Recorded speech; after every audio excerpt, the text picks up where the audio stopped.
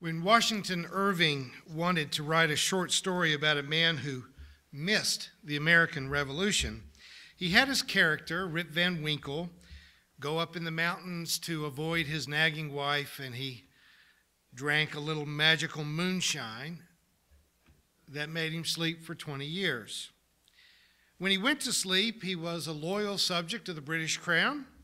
When he awoke, he was in the newly independent nation of the United States of America. Now, we could do a science fiction version of old Rip's story now, and in fact, I kind of feel like I could be the main character. I entered the 21st century believing that the worst of the civil rights battles were behind my beloved America, and that we were on the verge of a new century of new enlightenment.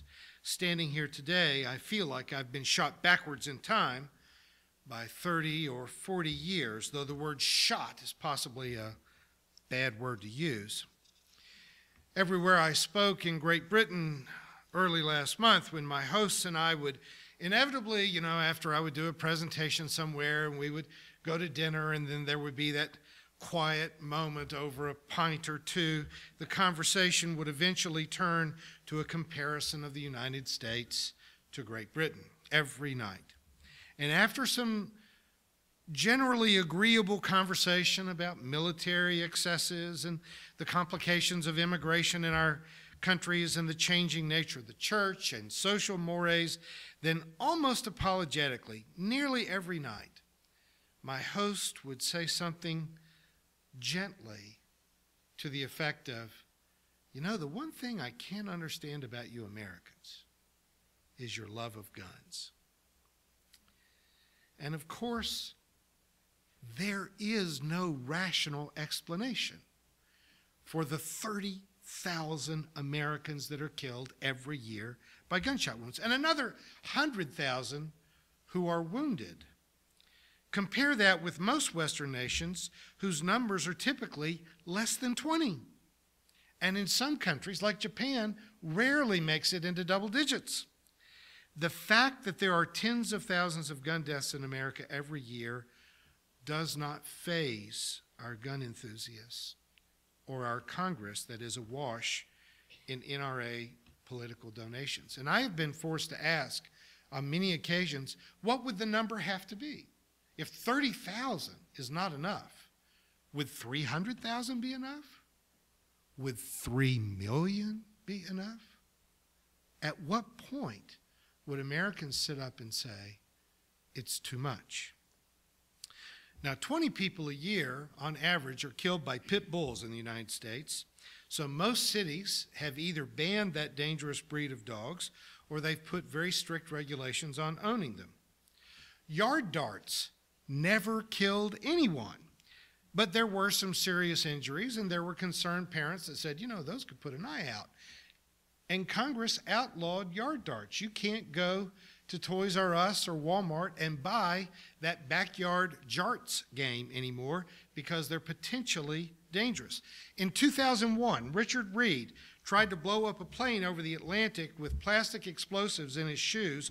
No one died, but for 14 years, every day, millions of people take off their shoes and put them through an X-ray in case your mass murdering Aunt Matilda has explosives instead of orthotics in those big black shoes. In 1996, though, Australia suffered their worst mass murder in what was called the Port Arthur Massacre. There had been 10 mass murders in Australia in the 10 years prior to the Port Arthur Massacre. And so the government just decided enough is enough. No more private ownership of guns in Australia. And the people of Australia responded by saying, well, I kind of hate that because I like to hunt and I like my guns, but really I can't argue with you. It seems reasonable. And there have been no mass killings in a generation since that time in Australia. You hear all the time that gun control doesn't work, but let me tell you, it works perfectly in Australia, in Japan, in Great Britain. Everywhere else it's ever been tried, it works on a national scale. It doesn't work in Chicago, and that's what gun enthusiasts always say. Well, ask the people in Chicago what they think. Well, Turns out you don't have to have a passport to leave the city limits of Chicago, and there are thousands of places, gun shows and stores where you can buy guns just outside of Chicago. So Chicago's gun laws have had no impact on the death rate there for obvious logical reasons if you are speaking to someone who was logical. In 2012, Adam Lanza shot 20 children at Sandy Hook Elementary and 6 adults, including his mother. The NRA's immediate response was that we need more guns in schools. Of course, there was hysteria among the gun-loving crowd. Rather than outlawing at least assault rifles, and he used a Bushmaster, sales of the Bushmaster semi-automatic rifle went up by 51% the year after the Sandy Hook slaying, because that many more people wanted the same gun that Adam Lanza had used to kill all those children. I came back from Great Britain to the news that our neighboring state, Kansas, living in Missouri, you never really get the chance to say that you're in the Mensa Club capital of the world, but thank God for Kansas, because they will oftentimes draw the heat from us. In Kansas, they made it legal to conceal and carry weapons without 1 minute of training, with no certification at all. Now legal to carry at all times. Now, Kansas did, at the same time, make it illegal to use your welfare check, your TANF funds, for things like going to a movie or getting your nails done, but you can still buy a gun with your welfare dollars because nothing will come between them and the gun trade. But in our own city, we had just made the decision to allow people to openly carry firearms in our city parks on the playgrounds where our children play. Now, if I had a kid, I would no longer take them to a city park in Springfield. Have you met the people who openly carry weapons? I mean, do you really trust their judgment to keep their guns safe and to not injure your children? I wouldn't. One of the only places in America now where you cannot openly carry a weapon or a concealed weapon is, in fact, the NRA convention, because they know exactly how crazy their members are and how dangerous it would be around them if they had guns. So the NRA will not risk their lives on their crazy members, but they will risk your children. The only caveat I might have about gun ownership in America is where black men are concerned. The rate at which unarmed black men are being killed by vigilantes and even uniformed policemen is astonishing.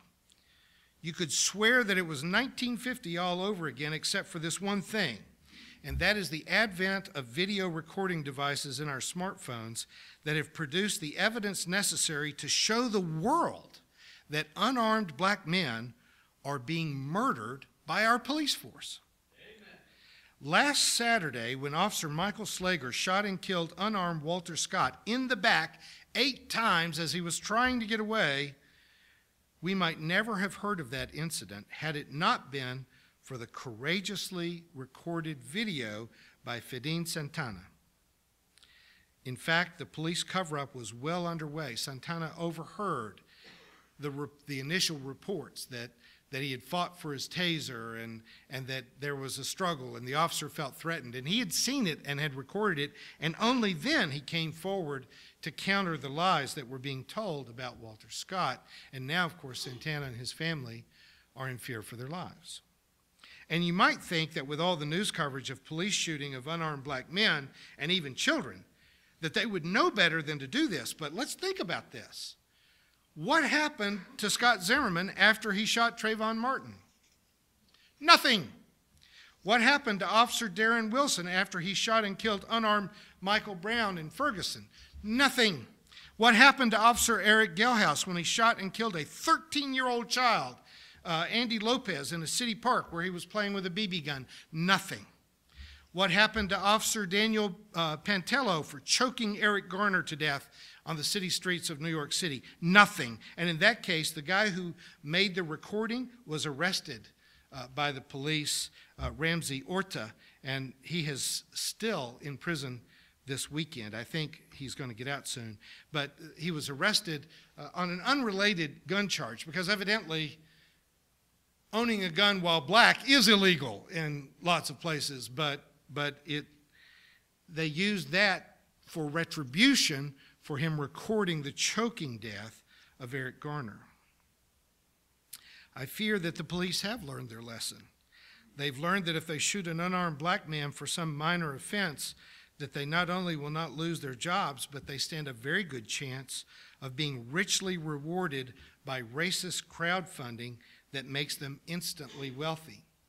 Some of these officers we've mentioned have received hundreds of thousands of dollars in donations because they shot an unarmed black man. Thankfully, in the case of the murder of Walter Scott, the officer has been fired and charged with murder, but there was immediately an attempt to do crowd fundraising for him. Fortunately, the GoFundMe site found out about it and they canceled it, but if you go on the internet, you'll find that there are other ways to send money to Michael Slager to reward him for killing Walter Scott. On Tuesday of this week, I was door knocking with other volunteers in the last hours that the polls were open in Springfield, trying to persuade voters to go out and vote against the repeal of the civil rights ordinance that had awarded equal protection to the gay and trans community of our city. Just about 30 minutes before the polls closed, I knocked on a door in a middle-class South End neighborhood, and a young woman in her 20s with her partner behind her and 3 or 4 dogs came to the door. I introduced myself, told them who I was and why I was there, and I asked them if they had voted. And the 2 young ladies said, no, we didn't get around to it. And I earnestly implored them, this is important, and the vote is going to be close, and you've got time to get to the polls. And they replied, well, maybe next time. I didn't argue with that. Why should lesbians have to get out and vote to have human rights? Why should they? Aren't they people? Shouldn't they just have those rights? Shouldn't basic human rights be given to everyone who is human? But a few hours later, when the vote to repeal their rights passed by just 800 votes, I was angry. I am angry. It took me back to those days when I was working in addiction treatment at the VA hospital at Vanderbilt. When I was working on my doctorate, I was serving as a chaplain and a counselor in the drug and alcohol addiction program, and I realized the trap that a therapist can fall into where you want sobriety for them more than they want it for themselves, and how your own ego can be crushed by people who go right back to drinking as soon as they're out of the program. Yeah, you shouldn't have to fight for human rights. You shouldn't have to demonstrate for civil rights. You shouldn't have to litigate to defend your validity as a human being. But you do have to fight. Just like the people who fought hard and sacrificed for you to have those rights in the first place. We've seen the number of states where same-sex marriages were legal jump from just Massachusetts, 2004, to more than 30 states now. But at the same time, we've witnessed a backlash of homophobic efforts all around the nation. Governor Mike Pence in Indiana thought that revoking the protections of the gay community against discrimination would actually improve his chances of becoming the Republican nominee for president in the next presidential election. Of course, any exclusivity to that claim of being the nation's leading homophobe was dashed when every other Republican politician who is suspected to be declaring for candidacy for the presidency came out and supported Pence in his attack on the civil rights of the LGBT community.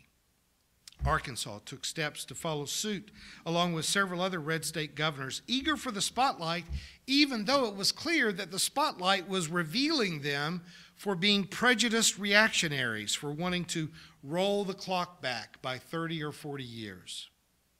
When Martin Luther King spoke at Oberlin College in 1965, he brought up the image of Rip Van Winkle and pointed out that the story of a man who slept through the revolution could be applied then, in 1965, to Americans who were trying to sleep through the civil rights revolution. King was surrounded by people who were basically sympathetic with his cause, but who constantly counseled him to be patient, to give it time. If you'll just give it time, these things will work out. Justice does not roll in on the wheels of inevitability. Real social progress doesn't happen just because time passes. Time is neutral. Waiting doesn't fix anything.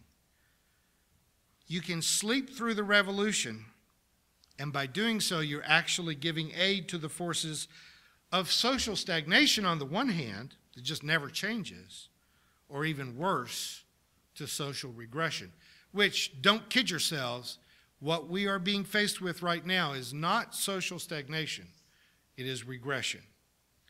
Women shouldn't have to fight for equal pay for equal work, but if you think you're ever going to get it, just because you keep showing up day after day and because it's ethically right, then you're mistaken. No one ever gained civil rights until they demand it from their oppressors. The LGBT community shouldn't have to demonstrate, shouldn't have to march for the right to marry the person they love or to be able to go to work and not have to pretend to be straight. But if you ever want to live outside of the closet, you're going to have to demonstrate. You're going to have to march. You're going to have to make your voices heard. Black people shouldn't be afraid of being stopped for traffic violations. The police should be just as courteous to blacks as they are to any of the rest of us who are all paying their salaries. But it isn't going to happen until police officers are confronted in ways that make them change. Police officers are not suddenly going to stop being racist and decide to not have authority issues anymore. And for any of you who have a child that you want to be able to send to school with confidence in their safety, if you want them to be able to go to the park and play without having to constantly scan the horizon for lethal weapons in the hands of lunatics, then don't rely on the integrity of Congress, because Congress lost their integrity the moment that they took a political donation from the NRA. And if you think that the church can just sleep through any of these issues and just wait for time to fix everything and for our culture to sort it all out, then let me remind you that Rome did not execute Jesus for being a moderate.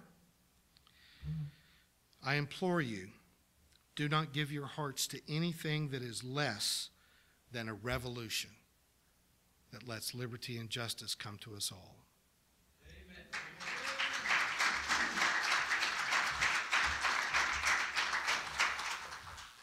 You have been watching a progressive Christian video from the Community Christian Church of Springfield, Missouri. We encourage our viewers to donate to our efforts in feeding the homeless and hungry of our community. Write to us at Rev. Dr. Ray at AOL.com for more information.